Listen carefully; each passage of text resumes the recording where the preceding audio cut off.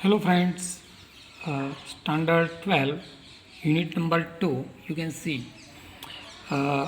read 1, read 1, unforgettable Walt Disney. આપણે જે અગાઉના વિડીયોમાં વાત કરી હતી અનફોર્ગેટેબલ વોલ્ટ ડિઝની અવિસ્મરણીય વોલ્ટ ડિઝની વિશે જે કાર્ટૂનિસ્ટ છે એની વાત કરી હતી. આપણે પાર્ટને જરા એક્સપ્લેન કરીએ. Let we see the first paragraph. My brother Walt is no more. My brother Walt is no more. Yet his influence lingers like a living presence over the studio where he turned out the cartoon, nature films, and features movie that made him known and loved around the world. જો મિત્રો આ ફકરાની અંદર એમ કહે છે કે my brother, અહીંયા એનો જે ભાઈ જે છે રોય ડિઝનીએ આ લેસનની રજૂઆત કરી છે અને એનો ભાઈ જે વોલ્ટ ડિઝની જે છે એના વિશે લખ્યું છે અનફોરગેટ, એટલે કે ભૂલી ન શકાય તેવો, અવિસ્મરણીય. બરાબર. તો માય બ્રધર વોલ્ટ એટલે કે એના ભાઈની, આ રોય ડિઝનીએ એના ભાઈ વોલ્ટ ડિઝની વિશે કહ્યું છે કે શું કહ્યું છે કે my brother Walt is no more. એનું નામ છે વોલ્ટ ડિઝની અને રોય ડિઝની, આ બંને ભાઈ છે. તો એના વોલ્ટ એનો ભાઈ છે, એના વિશે લખ્યું છે my brother Walt is no મોર.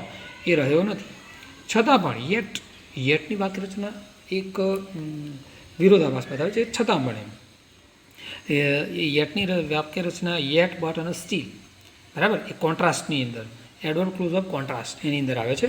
તો યેટ હિઝ ઇન્ફ્લુઅન્સ, છતાં પણ તેની ઇન્ફ્લુઅન્સ એટલે તેની અસર લિંગર્સ એટલે રહી છે, ટકી રહેલી છે, જીવંત છે. Like a living presence over the studio, આ સ્ટુડિયોની અંદર એની અસર હજુ જીવંત હોય એવું લાગે છે. વેર ઈ ટર્ન આઉટ ધ કાર્ટૂન, કે જ્યાં તેણે આ બધા જે કાર્ટૂન ફિલ્મો છે, નેચર ફિલ્મો છે, ફીચર્સ એટલે કે એના જે પેલા બધા જે તે એના દેખાવ જે છે, ફીચર મૂવીઝ, બરાબર, એ that made him known and loved around the world, કે જેને તેને આ બધી વસ્તુઓએ એને જાણીતો બનાવ્યો હતો, and loved around the world, અને દુનિયાની અંદર જેને ચહીતો બનાવ્યો હતો, બરાબર, એ હજુ એના એ જે છે એ હજુ ત્યાં જીવંત હોય એવું લાગી રહ્યું છે. ઇવન નાવ, આજે પણ,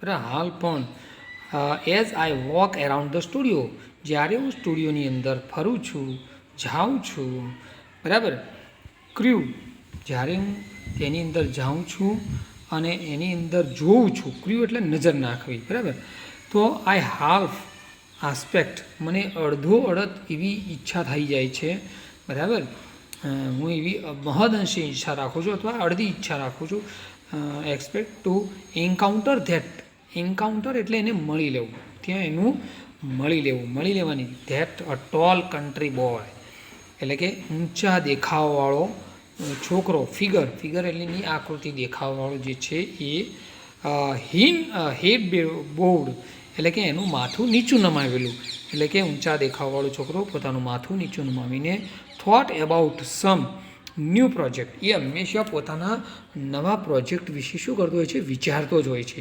એટલે કે પોતાનું માથું નીચું રાખીને ઊંચી હાઇટવાળો માણસ જે છોકરો જે છે એ એના નવા જ વિચારો, નવા પ્રોજેક્ટ વિશે હંમેશા વિચારો કરતો જ હોય છે, બરાબર. એવું એ સ્ટુડિયોમાં જ્યારે એનો ભાઈ રોય ડિઝની જાય છે ત્યારે તેની આવું ભાસે છે.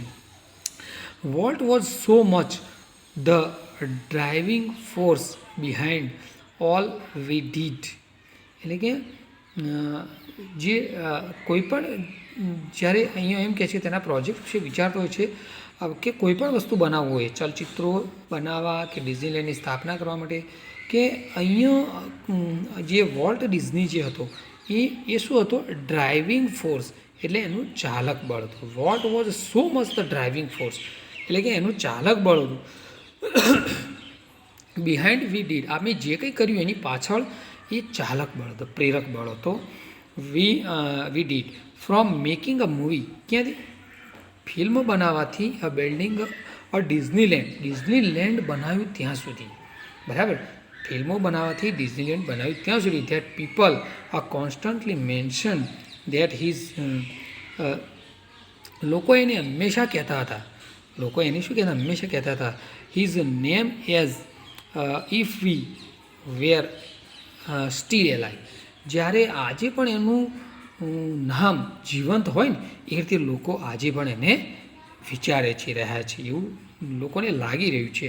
Every time V saw a new picture, every time V saw a new picture, દરેક સમયે અમને કંઈક ને કંઈક નવું જોવા મળતું હતું, નવું કોઈક ચિત્ર જોવા મળતું હતું.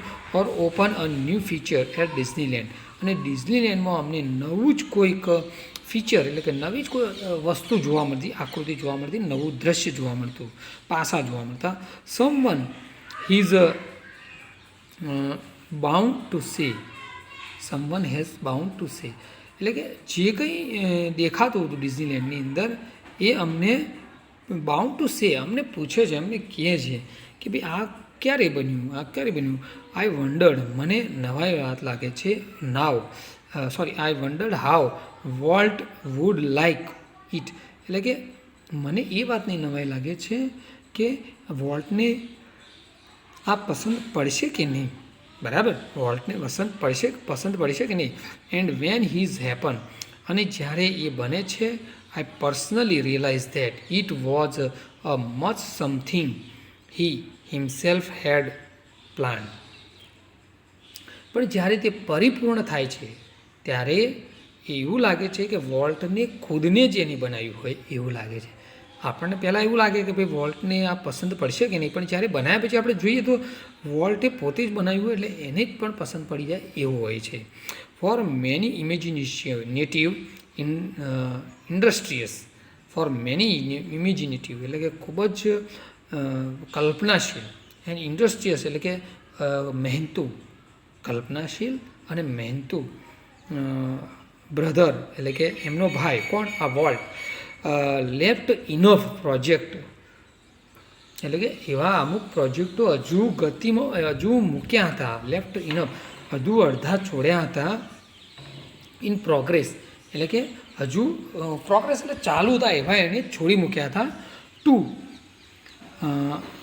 Keep the rest of us, અમારા માટે એણે થોડા હજુ પ્રોજેક્ટો છોડી મૂક્યા હતા એના બાકી. ફોર અ મેની યર્સ, જે ઘણા વર્ષોથી હતા એમાંના ઘણા એણે અમારા માટે હજુ બાકી છોડી મૂક્યા હતા, અને એ પ્રોજેક્ટ હજુ અમને વ્યસ્ત રાખશે, બરાબર, બિઝી, અસ અ બિઝી, એ અમને હજુ બિઝી રાખશે, વ્યસ્ત રાખશે એનો કામ કરવા માટે. હવે આગળના પેરેગ્રાફમાં જોઈએ તો Walt was a complex man, Walt એ કેવો એક ન સમજી શકાય તેવો જટિલ માણસ હતો. ટુ ધ રાઇટર્સ, રાઇટર એટલે કે લેખકો માટે, પ્રોડ્યુસર્સ એટલે કે નિર્માતાઓ પ્રોડ્યુસરો માટે, એન્ડ એનિમેટર્સ, એનિમેટર્સ એટલે જે એનિમેટર્સ જે કરતા હતા જે એના માટે. હુ વર્કડ વિથ હિમ, કે જે એમની સાથે કામ કરતા હતા, એમને બધાને સમજવો મુશ્કેલ માણસ હતો. હી વોઝ અ જીનિયસ, એ ખૂબ જ આગળ પડતો માણસ હતો, બુદ્ધિશાળી માણસ હતો, જીનિયસ એટલે બુદ્ધિશાળી હતો. Who had an extraordinary ability, એની પાસે ખૂબ જ કલ્પી ન શકાય એવી શક્તિ હતી, બરાબર. To an extra stroke of imagination, અને એના કલ્પનામાં એક અદમ્ય ક્ષમતા હતી, બરાબર, કલ્પનાની સ્ટ્રોક ઓફ ઇમેજિનેશન એટલે એ કલ્પના, એની પાસે શક્તિ પણ સારી હતી અને કલ્પનાની શક્તિ પણ સારી હતી. ટુ એની સ્ટોરી ઓર આઈડિયા, કે એ કોઈ પણ વાર્તા કે એની અંદર પોતાનો આઈડિયા ઉમેરી અને ગમે તેવો વળાંક લઈ શકે એવી એનામાં કલ્પનાશીલતા જોરદાર હતી. To the million of people who watched his TV show, કે જે લાખો લોકો એની ટીવીનો શો જોતા હતા એ બધાને he was a warm kindly personality, અને એમને એ બધી બહુ જ ઉમદા એની પર્સનાલિટી લાગતી હતી એ લોકોને. Bring a fun and pleasure into their homes, કે જે તેમના ઘર સુધી આનંદ અને રમૂજ પહોંચાડતો હતો. એના આ કલ્પનાશીલ માઇન્ડ વડે એ દરેક એટલી સિરીઝ રસપ્રદ અને આનંદદાયક બનાવતો કે બધાને ઘેર બેઠા આનંદ મળતો. ટુ ધ બેન્કર્સ એટલે બેન્કર્સ એટલે એવા જે કે બેન્કર્સ એટલે કે જે એને આર્થિક સહાય કરતા હતા એ હુ ફાઇનાન્સ્ડ અસ એટલે કે જે તેને નાણાકીય સહાય કરતા એ બેન્કર્સ એટલે કે સહાયકો. I am sure he seemed like a wild man. એ એમને કેવો લાગતો હતો, એ બહુ વાઇલ્ડ મેન એટલે હિંસક લાગતો હતો, મતલબ પૈસા ન આપે એવો. બરાબર. બેલ બેન્ટ ફોર અ બેન્કરપ્સી એટલે કે એમને આ નાણાં ચૂકવવામાં, બેન્કરપ્સી એટલે ઉધારિયા ચૂકવવાની અંદર એ ચૂકવી ન શકે તેવો લાગતો હતો. ટુ મી, અને મારી વાત કરું તો મારા માટે he was my amazing kid brother.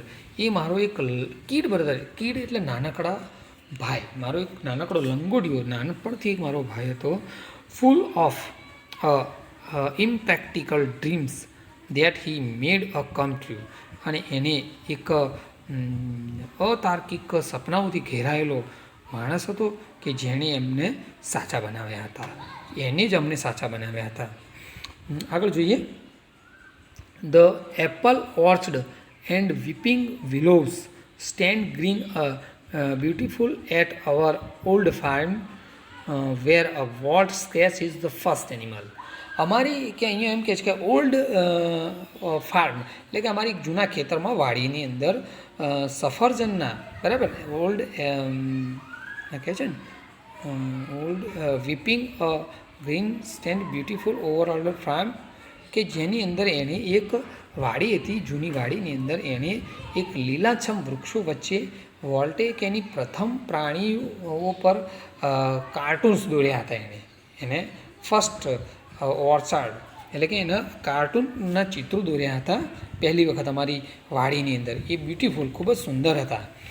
Wear Walt sketch his first animal, કે જ્યાં એણે પોતાના પહેલાં ફિલ્મો, પોતાના કલ્પના અનુસારના કાર્ટૂન ફિલ્મો દોર્યા હતા. આઈ રિકોલ, મને યાદ છે, how Walt and I would struggle together in a bed. એટલે કે મને યાદ છે ત્યાં સુધી અમે અમારા ઘરે, બરાબર, વોલ્ટ એન્ડ આઈ, હું અને Walt, struggle together in a bed, અમે એકબીજાની પથારીની અંદર અમે એકબીજાને લપાઈ જતા હતા. બરાબર.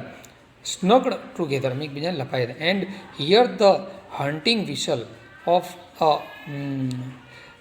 લોકોમેટિવ પાસિંગ ઇન ધ નાઇટ. અને અમારી એક પાસિંગ ધ નાઇટ, એક નાઇટની ટ્રેન જે પસાર થતી, એ નાઇટની ટ્રેનની વિસલ સાંભળવા માટે અમે એકબીજા સાથે લપાઈ જતા હતા. અહીંયા એમ કે છે. આગળ જોઈએ. હવે અંકલ માઇક, એમના અંકલનું નામ છે માઇક. એ માઇક જે હતા એમના અંકલ એ એન્જિનિયર હતા. એમની આ પેલાની અંદર ટ્રેનમાં, અને એ એન્જિનિયર હતા. એ પોતાની આ જે ટ્રેનનો ફોટો પણ બતાવેલો છે એની અંદર એ એન્જિનિયર હતા, એન્જિનિયર લખેલું છે ને, એ એમના માટે એક વિસલ વગાડતા.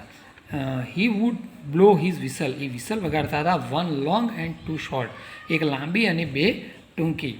જસ્ટ ફોર અસ, એ અમારા માટે. પસાર થતી ટ્રેનની અંદર એન્જિનિયર હતા, અને અમને જ્યારે રાત્રે હું ને વોલ્ટ ભેગા અમે રાત્રે સૂઈ જતા હતા ત્યારે અમારા કાકા ત્યાંથી ટ્રેન પસાર થતી, તો એના એન્જિનિયર હતા, અને એ અમારા માટે એક લાંબી અને બે ટૂંકી, બરાબર, one long and two short whistle એ વગાડતા. જસ્ટ ફોર અસ, અમારા માટે. Walt never lost his love for trains. વોલ્ટે પોતાનો ટ્રેન પ્રત્યેનો સ્નેહ ક્યારેય ગુમાવ્યો નથી. યર્સ લેટર, ઘણા વર્ષો પછી, an old fashion train was one of the first attractive at Disneyland. અને વર્ષો પછી એમણે ડિઝનીલેન્ડની અંદર પણ એક સરસ મજાનું ટ્રેનનું કાર્ટૂન બનાવેલું છે. એ પણ આ ડિઝનીલેન્ડનું એક મસ્ત મજાનું એટ્રેક્શન છે. બરાબર મિત્રો, બાકીની વાત આવતીકાલે કરીશું. Okay, thank you.